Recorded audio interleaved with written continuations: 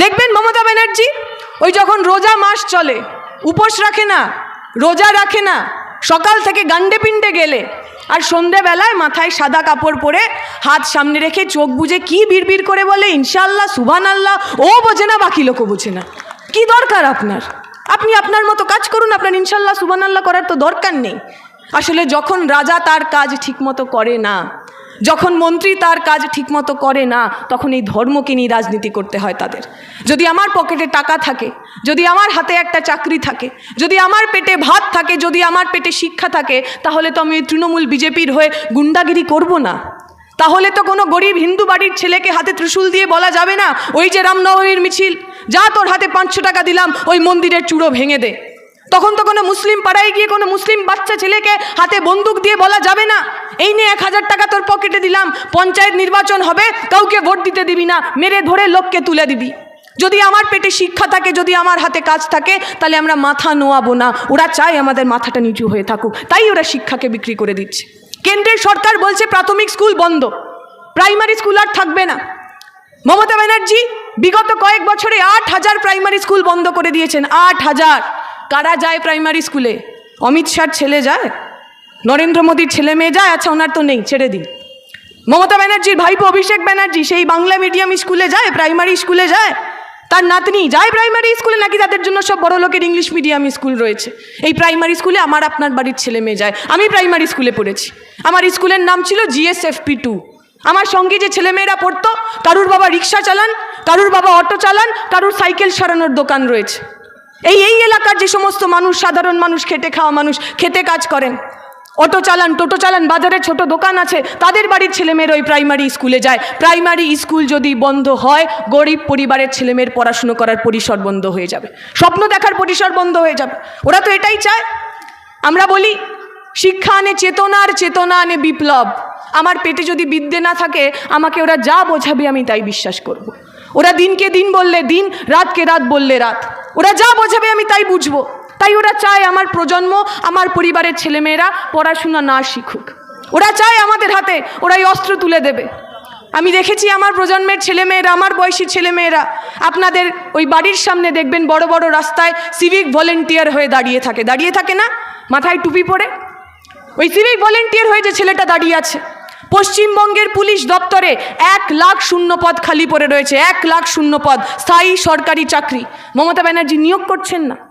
মমতা ব্যানার্জি ওই শূন্য পদে নিয়োগ না করে তার 1/3 টাকায় ওই সিভিক ভলেন্টিয়ার বানিয়েছেন। ওদের কাজ কি? যখন ওরা ডিউটিতে রয়েছে, রাস্তায় রয়েছে, যদি একটা কোনো ট্রাক লরি ধাক্কা মেরে চলে যায়, যদি মরে যায় ওরা কিছু পাবে না সরকারের কাছ থেকে। ওদের মৃতদেহর কোনো মূল্য নেই। ওদের কাজ হলো দাঁড়িয়ে থাকা হাত পেতে। ট্রাক যাবে, লরি যাবে, তাদের কাছ থেকে টাকা তুলতে হবে। কত টাকা পায় একটা সিভিক ভলেন্টিয়ার? 3000, 4000, 5000? আপনি সাধারণ মানুষ বুকে হাত দিয়ে বলুন তো, 3000 টাকায় আপনার ঘর চলবে?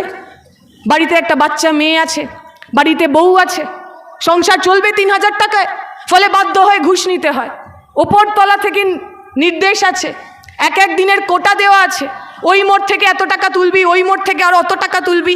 সেই টাকা ওপরে গেলে তাহলে 1000, 2000 মাসে একটু উপরি পাবে।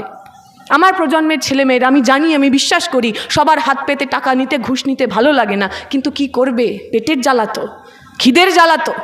বাড়ির বুড়ো মা বাবা যখন বসে থাকে চোখে জল নিয়ে, মায়ের ওষুধের টাকা যখন ওর পকেটে থাকে না, তখন মনে হয় ঘুষ নেওয়াতেও কোনো অপরাধ নেই। আমরা বলছি, আমরা যারা বামপন্থী রাজনীতি করি, যে ছেলে মেয়েগুলোকে ওরা সিভিক ভলেন্টিয়ার বানালো, হাতে লাঠি নিয়ে রাস্তায় দাঁড় করালো, যে ছেলে মেয়েগুলোকে ওরা গুন্ডা বানালো, হাতে বন্দুক নিয়ে লাঠি নিয়ে ওই ভোট লুট করতে পাঠালো, যখন আমরা সরকারে আসব, ওই প্রত্যেক হাতে আমরা সরকারি চাকরির খাম তুলে দেব।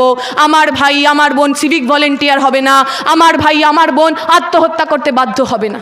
শুনেছেন না আপনারা? দেখেছেন তো? খবরের কাগজ খুললে দেখতে পান, টিভি খুললে দেখতে পান। 1000 দিন ধরে, 1000 দিন ধরে আমার ভাইয়েরা, আমার বোনেরা তারা বসে রয়েছেন। কি অপরাধ তাদের? ঘুষ খেয়েছেন? পার্থ চট্টোপাধ্যায়ের মতো 150 কোটি টাকার একটা বান্ধবী রেখেছেন বুড়ো বয়সে? না তো। 1000 দিন ধরে আমার ভাইয়েরা বোনেরা বসে রয়েছেন, কারণ যোগ্যতা থাকা সত্ত্বেও ওদের পকেটে টাকা ছিল না, ঘুষ দিতে পারেননি। ঘুষ দিতে না পারায় যোগ্যতা থাকা সত্ত্বেও ওরা রাস্তায় বসে থাকে। আর শুধু বাবার টাকা আছে বলে, বাপের টাকা আছে বলে অনুব্রত মণ্ডলের টিকটক করা মেয়ে সেই স্কুলে পড়ায়। অদ্ভুত জিনিস। আমরা জানি দিদিমণি মাস্টারমশাইরা স্কুলে যান, অনুব্রত মণ্ডলের মেয়ের স্কুলে যেতে হতো না, স্কুল অনুব্রত মণ্ডলের বাড়িতে আসতো। অ্যাটেন্ডেন্স শিট নিয়ে বলতো, দিদিমণি দিদিমণি একটু সাইন করে দিন। অনুব্রত মণ্ডলের মেয়ে টিকটক বানাতো, নাচের মাঝখানে একটা সই করে দিয়ে আবার টিকটক বানাতে লেগে যেত। আমরা দেখলাম ওদের আর এক নেতার মেয়ে, তিনি তো আবার মিস্টার ইন্ডিয়া। মিস্টার ইন্ডিয়া বলে একটা সিনেমা হয়েছিল না অনিল কাপুরের, গায়েব হয়ে যেত, ওকে দেখা যেত না। তিনিও সেরকম বাবার সাথে ফিরছিলেন, ধরা পড়েছেন, ঘুষ নিয়ে চাকরি হয়েছে, ট্রেনে করে ফিরছিলেন, হঠাৎ করে দেখা গেল তিনিও মিস্টার ইন্ডিয়া হয়ে গেছে, তাকে আর খুঁজে পাওয়া যাচ্ছে না। এই যত চোর ডাকাত গুন্ডা বদমাইশ যারা আমার ভবিষ্যৎটাকে বিক্রি করছে, যারা আমার ভবিষ্যৎটাকে বিক্রি করে খাচ্ছে, তাদের বিরুদ্ধে আমাদের লড়াই। আমি একটা রিলস দেখছিলাম, ওই এখন টেসবুকে আসে, মজার গল্প। তাতে দেখাচ্ছে একটা স্কুল এরকম ছোট ছোট বাচ্চারা সামনে বসে আছে। স্কুল পরিদর্শনে একজন ইন্সপেক্টর এসছেন। তিনি এসে একটা ছোট্ট বাচ্চাকে, ক্লাস 5-এর ছেলে, তাকে দাঁড় করিয়েছেন। বলছে, বলো তো বাবা, দেশের প্রধানমন্ত্রীর নাম কি? ছেলেটা বলছে, রামলাল। বলছে, হ্যাঁ রামলাল? তোমার বাবার নাম কি? বলছে, রামলাল। বলছে, তুমি এটা ক্লাস 5-এর ছাত্র, তুমি দেশের প্রধানমন্ত্রীর নাম জানো না? তোমার এক্ষুনি আমি কমপ্লেন করছি, এক্ষুনি তোমার নাম আমি ক্লাস 5 থেকে কাটিয়ে দেবো। ছেলেটা বলছে, কোনো অসুবিধা নেই, কাটিয়ে দিন, আমি তো এই স্কুলেই পড়ি না, আমি তো বাইরে গরু ছাগল চড়াচ্ছিলাম, মাস্টারমশাই এসে বললো তোকে মিড ডে মিলে খাবার দেবো, তুই একটু বস বাবা, কাটিয়ে দিন, কোনো অসুবিধা নেই। ইন্সপেক্টর খুব রেগে গেছে।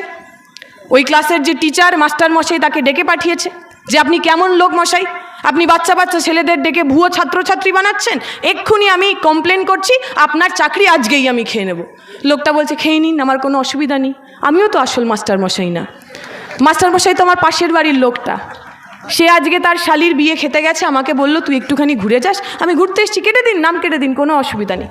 ইন্সপেক্টর এবার খুব মাথা গরম হয়ে গেছে, গেছে হেডমাস্টার মশাইয়ের কাছে। হেডমাস্টার মশাইয়ের কাছে গিয়ে বলছেন, আপনি তো অদ্ভুত স্কুল চালাচ্ছেন, আপনার স্কুলের ছাত্র ভুয়ো, আপনার স্কুলের দিদিমণি মাস্টারমশাই ভুয়ো, এরকম করলে তো চলবে না, আমি এক্ষুনি ওপরতলায় লিখছি, আজকে থেকেই আপনার চাকরি বাতিল। ওই মাস্টারমশাই হাসতে হাসতে পকেট থেকে কতগুলো বান্ডিল রেখে বলল, বাদ দিয়ে দিন, আমিও তো আসলে সত্যিকারের হেডমাস্টার মশাই নই, আমার জামাইবাবু আসলে সত্যিকারের হেডমাস্টার মশাই, সে আজকে একটু কাজে গেছে, আমি তার জায়গায় এসেছি, তিনি আমাকে বলেছেন বাইরে থেকে কেউ আসলে একটু টাকা পয়সা দিয়ে দিবি, সব ঠিক হয়ে যাবে।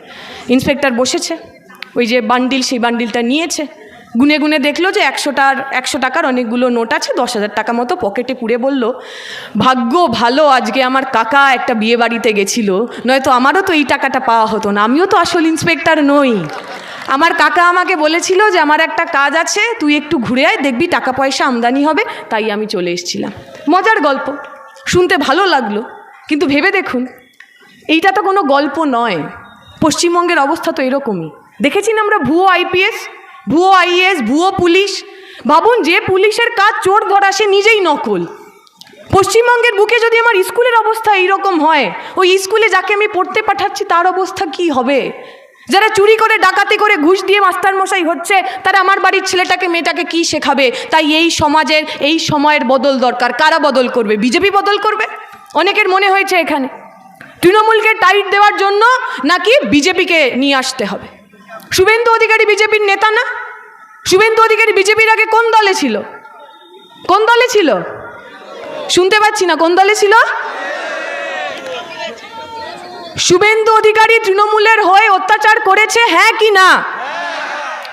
যে শুভেন্দু অধিকারী তৃণমূলের হয়ে অত্যাচার করলো, সেই শুভেন্দু অধিকারী বিজেপিতে গিয়ে সৎ হয়ে গেছে, সাধু হয়ে গেছে? হয়নি তো। দেখেছেন না আপনারা, হাত পেতে টাকা নিচ্ছিল, বিজেপিতে ওয়াশিং মেশিনে ধুলে সে একদম ভালো মানুষ হয়ে গেছে? হয়নি তো। তাহলে বিজেপিকে দিয়ে তৃণমূলকে আটকানো যাবে না। যতগুলো বিজেপি দেখবেন সব কটা তৃণমূল থেকে গেছে।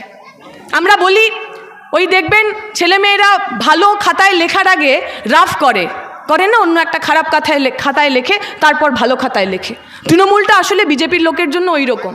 ওরা প্রথমে তৃণমূল জয়েন করে, চুরি করা, ডাকাতি করা, খুন করা, মার্ডার করা শেখে। যেই পাকা চোর ডাকাত হয়ে যায়, অমনি বিজেপিতে গিয়ে নেতা হয়ে যায়।